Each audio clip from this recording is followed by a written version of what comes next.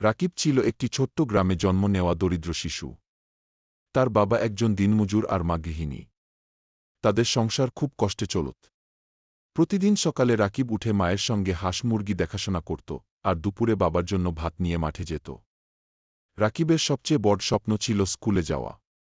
কিন্তু বই কেনার টাকা ছিল না, ইউনিফর্ম তো দূরের কথা। পাশের বাড়ির রুমা আপু স্কুলে পড়ত, তার পুরনো বইগুলো রাকিব চুপি চুপি পড়ত। রাকিব প্রতিদিন হেঁটে ৫ কিলোমিটার দূরে স্কুলে যেত। কষ্ট হলেও সে ক্লাসে সবচেয়ে মনোযোগী ছাত্র ছিল। ধীরে ধীরে সে শ্রেণীর সেরা হয়ে উঠল। গ্রামের লোকেরা তাকে নিয়ে গর্ব করতে লাগল। একদিন এক বড় পত্রিকায় রাকিবের গল্প ছাপা হয়। এক দানশীল ব্যক্তি তার পড়াশোনার দায়িত্ব নেন। এরপর রাকিব শহরের একটি ভালো স্কুলে ভর্তি হয় এবং ধাপে ধাপে সে একজন ডাক্তার হয়ে ফিরে আসে তার ছোট্ট গ্রামে। রাকিব এখন গরিবদের বিনা পয়সায় চিকিৎসা করে।